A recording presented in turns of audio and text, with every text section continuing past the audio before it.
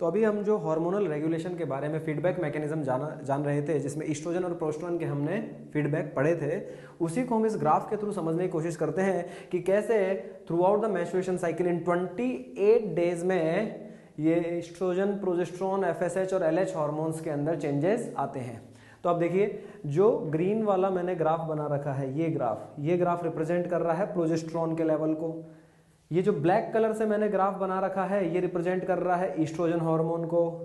ये जो red colour से मैंने ग्राफ बना रखा है, ये रिप्रेजेंट कर रहा है एलएच को। और ये जो ब्लू कलर से मैंने ग्राफ बना रखा है, ये रिप्रेजेंट कर रहा है एफएसएच को।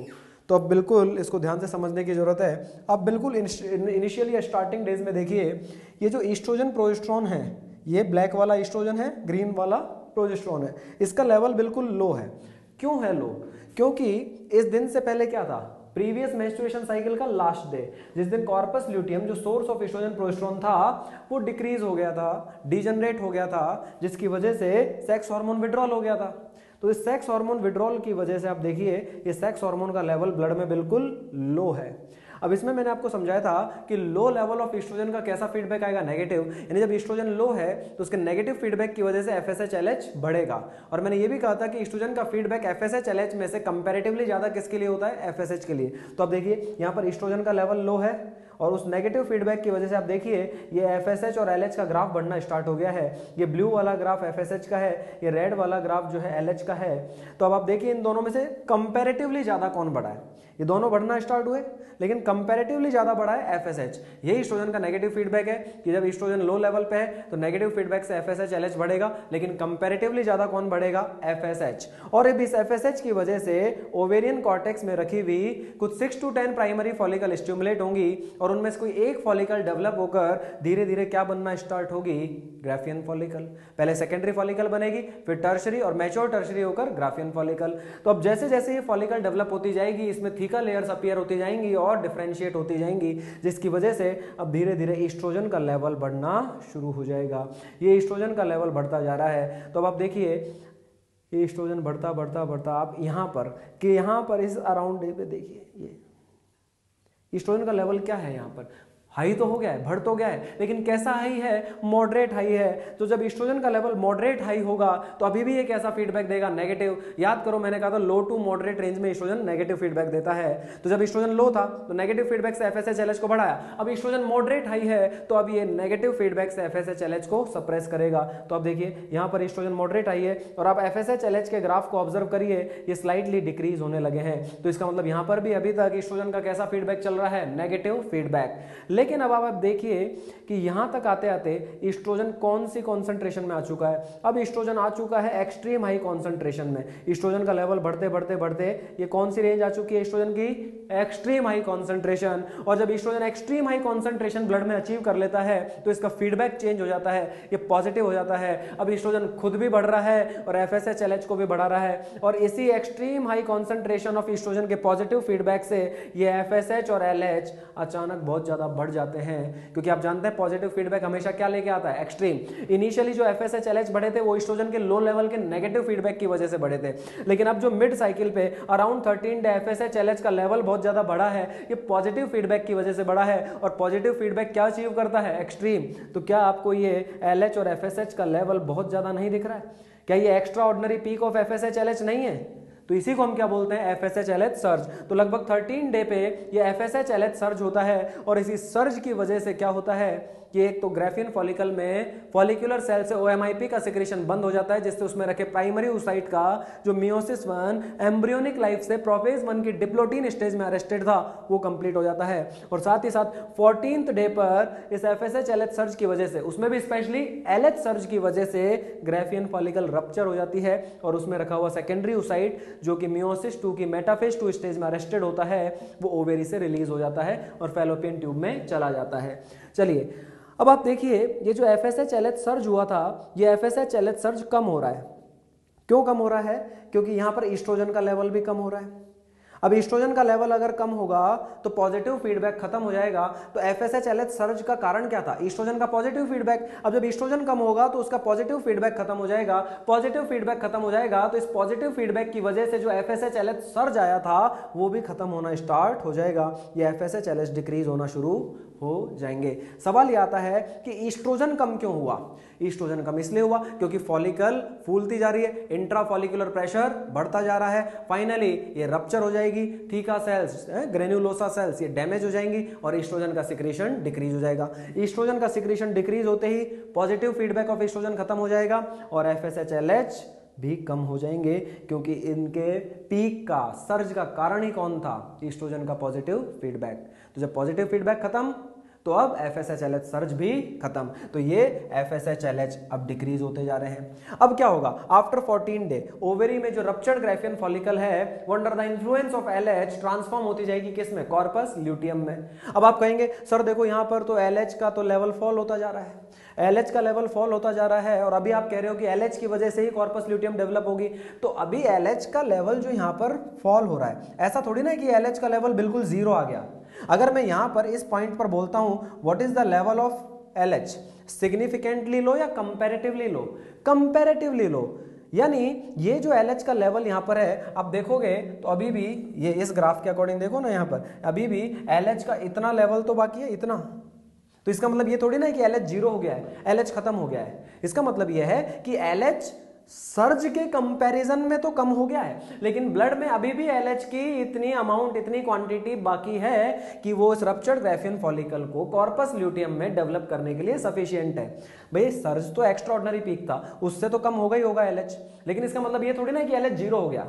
यानी LH की अभी भी ब्लड में इतनी कॉन्सेंट्रेशन तो है कि वो रप्चर्ड ग्राफियन फॉलिकल को आफ्टर ओव्यूलेशन कॉर्पस ल्यूटियम में कन्वर्ट करने के लिए सफिशिएंट है।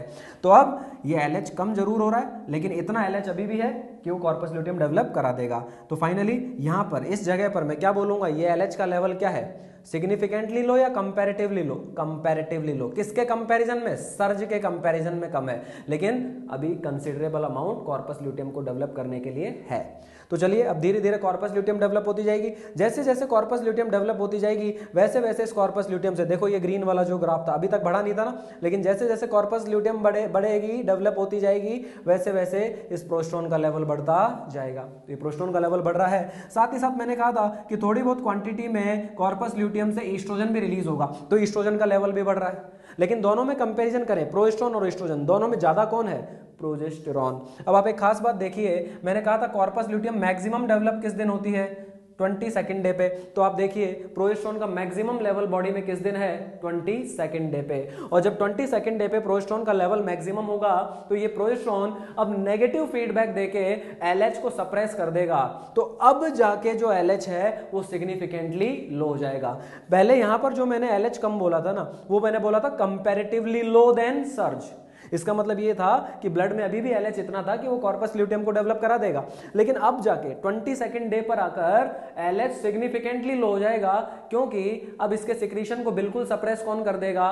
प्रोजेस्टेरोन का हाई लेवल जो नेगेटिव फीडबैक देगा और LH का सिक्रीशन बिल्कुल बंद हो जाएगा। इस वजह से अब ब्लड में LH सिग्निफिकेंटली लो हो जाएगा और LH के फॉल होते ही अब कॉर्पस ल्यूटियम डीजनरेट होना शुरू हो जाएगी। और जैसे जैसे अब कॉर्पस ल्यूटियम डीजनरेट होती जाएगी 23rd डे ऑनवर्ड्स, वैसे वैसे प्रोस्टोन ईस्ट्रोजन जो इस कॉर्पस ल्यूटियम से रिलीज हो रहे थे ये भी कम होते जाएंगे। 28 डे तक आते आते ये कॉर्पस ल्यूटियम कंप्लीटली डीजनरेट हो जाएगी, जिसकी वजह से ये कॉर्पस एल्बिकेंस बन जाएगी, जिससे कोई हार्मोन रिलीज नहीं होगा, ईस्ट्रोजन प्रोस्टोन रिलीज नहीं हो पाएंगे और अब आकर ये ईस्ट्रोजन प्रोस्टोन बिल्कुल खत्म हो जाएंगे और इसी को बोलते हैं सेक्स हार्मोन विड्रॉल।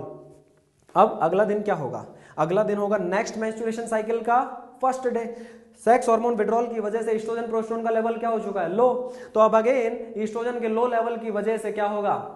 FSH का लेवल बढ़ेगा, क्योंकि ईस्ट्रोजन का लेवल लो है तो नेगेटिव फीडबैक से FSH का लेवल बढ़ेगा। फिर से अब ओवरी में नई फॉलिकल स्टिमुलेट होकर डेवलप होना शुरू हो जाएगी और फिर से नेक्स्ट मेंस्ट्रुएशन साइकिल में यही पूरी कहानी रिपीट हो जाएगी।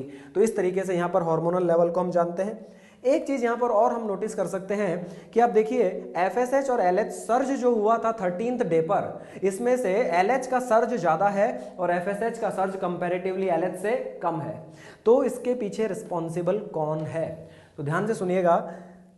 हमने कहा था कि ईस्ट्रोजन का जो पॉजिटिव फीडबैक होता है वो एफएसएच एलएच दोनों के लिए बराबर होता है। नेगेटिव फीडबैक में तो हमने कहा था कि उसका फीडबैक कंपैरेटिवली एफएसएच के लिए ज्यादा है, लेकिन यहां पर हमने ये बोला था कि positive feedback of estrogen FSH LH दोनों के लिए इक्वल है।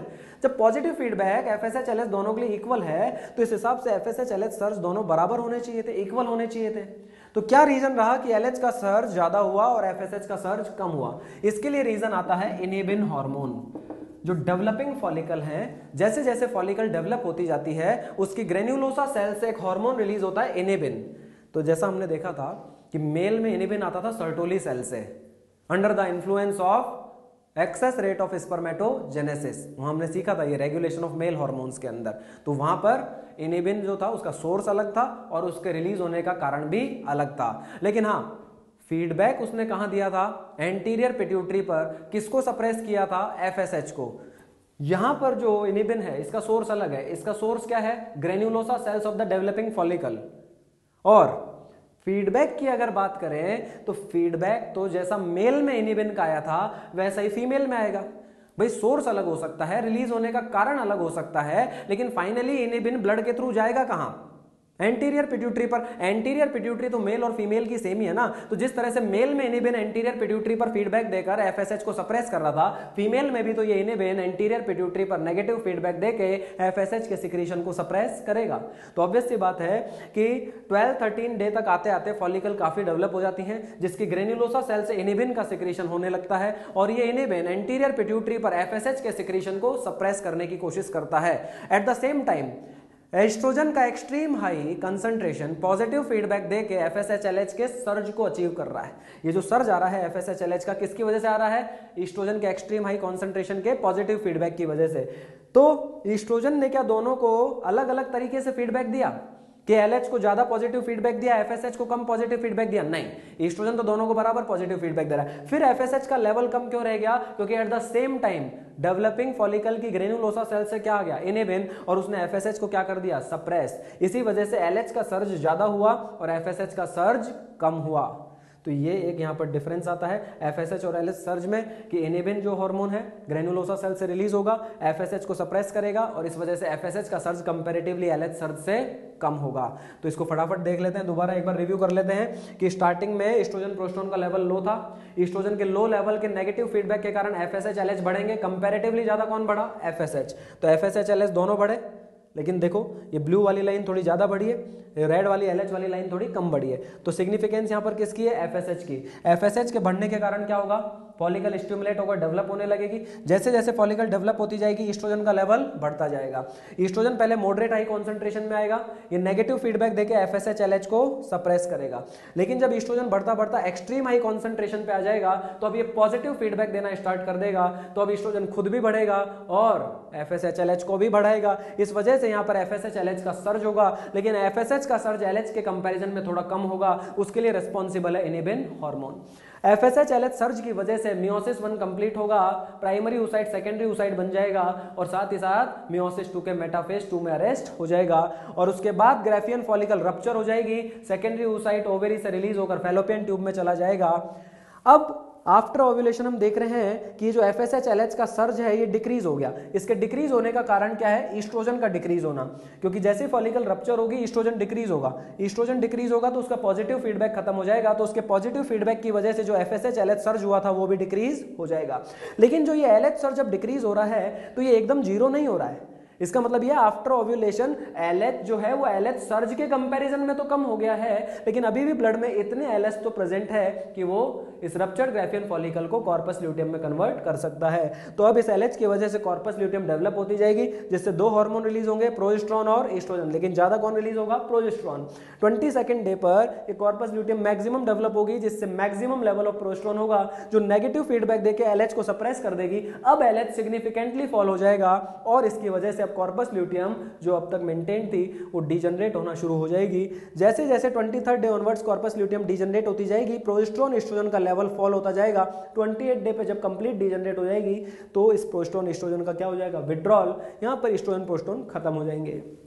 एक चीज आप और देख सकते हैं यहां पर कि इस पूरे ग्राफ के अंदर सेक्स हार्मोन की अगर बात करें तो कौन से सेक्स हार्मोन का 2 बार पीक आया है? ईस्ट्रोजन। देखो प्रोजेस्टेरोन तो केवल एक ही बार बढ़ा है, लेकिन ईस्ट्रोजन यहां पर भी बढ़ा है और यहां पर भी बढ़ा है।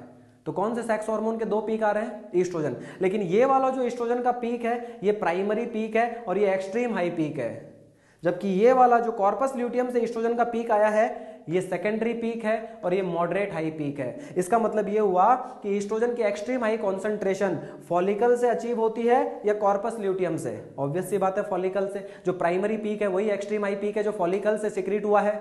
इसका मतलब क्या हुआ कि ओव्यूलेशन से पहले ही हमें ईस्ट्रोजन का पॉजिटिव फीडबैक देखने को मिल सकता है। ओव्यूलेशन के बाद कभी भी ईस्ट्रोजन एक्सट्रीम हाई कॉन्सेंट्रेशन में नहीं जाएगा, वो ज्यादा से ज्यादा मॉडरेट हाई कॉन्सेंट्रेशन तक जाएगा और मॉडरेट हाई कॉन्सेंट्रेशन तक वो कैसा फीडबैक देगा? नेगेटिव। इसका मतलब ओव्यूलेशन से पहले आपको ईस्ट्रोजन के दोनों तरह के फीडबैक देखने को मिलेंगे। जब वो लो था और मॉडरेट था तो नेगेटिव, और जब वो एक्सट्रीम हाई था तो पॉजिटिव। लेकिन आफ्टर ओव्यूलेशन ईस्ट्रोजन का level low to moderate range में ही वेरी कर रहा है, तो इसका मतलब आफ्टर ओव्यूलेशन ईस्ट्रोजन का केवल नेगेटिव फीडबैक देखने को मिलेगा। और खैर प्रोजेस्टेरोन तो बढ़ा ही एक ही बार है, प्रोजेस्टेरोन तो पहले बढ़ा ही नहीं था और प्रोजेस्टेरोन फीडबैक देता ही केवल कैसा है? नेगेटिव। इसमें तो झंझट ही नहीं है नेगेटिव पॉजिटिव का, तो ये नेगेटिव फीडबैक। जबकि ईस्ट्रोजन का दोनों तरफ डिफरेंस है, यहां पर पॉजिटिव फीडबैक, यहां पर नेगेटिव फीडबैक। तो अब इसी हार्मोनल ग्राफ को या हार्मोनल कॉन्सेंट्रेशन को हम अब ओवेरियन चेंजेस भी जान चुके हैं। इस ग्राफ के थ्रू हम पूरे 28 दिन में कैसे हार्मोनल चेंजेस आ रहे हैं वो भी जान चुके हैं। अब इसी को किससे रिलेट करेंगे हम? यूटेराइन साइकिल से। तो नेक्स्ट आर्टिकल यूटेराइन साइकिल से रिलेट करते हुए मेंस्ट्रुएशन साइकिल को डिटेल में समझना।